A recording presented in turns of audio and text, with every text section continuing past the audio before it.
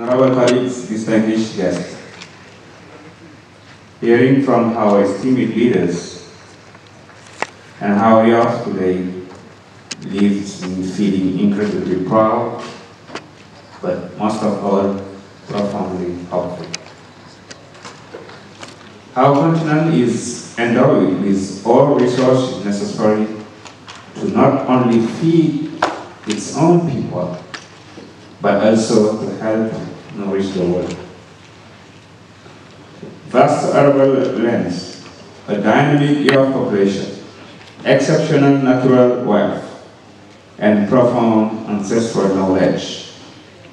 Yet this potential remains unfulfilled, and we continue to face dependence, unfortunately.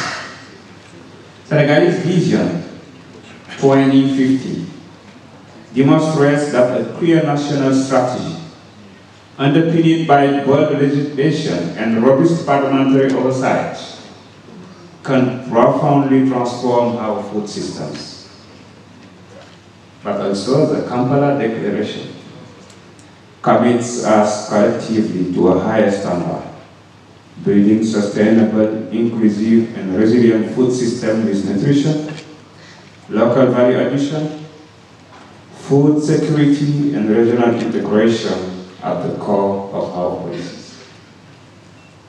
Honorable colleagues, the time for statements is over. I think that's what the former Prime Minister was trying to say us, but diplomatically.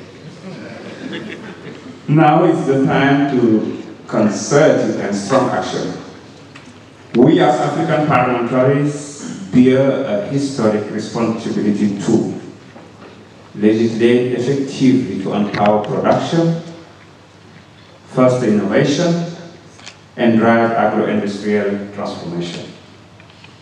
Exercise rigorous oversight to ensure public policies are implemented effectively and deliver tangible results.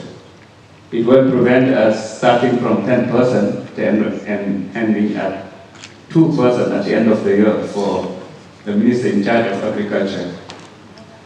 But also, we have the responsibility to harmonize our laws across borders to construct a strong, integrated, and self-sufficient Africa.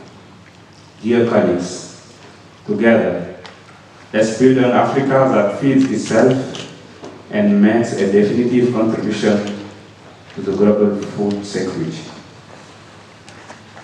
Because this is the era of a confident, bold, and determined African youth. A generation ready to embrace the challenge of building a united, sovereign, and prosperous Africa. Thank you very much.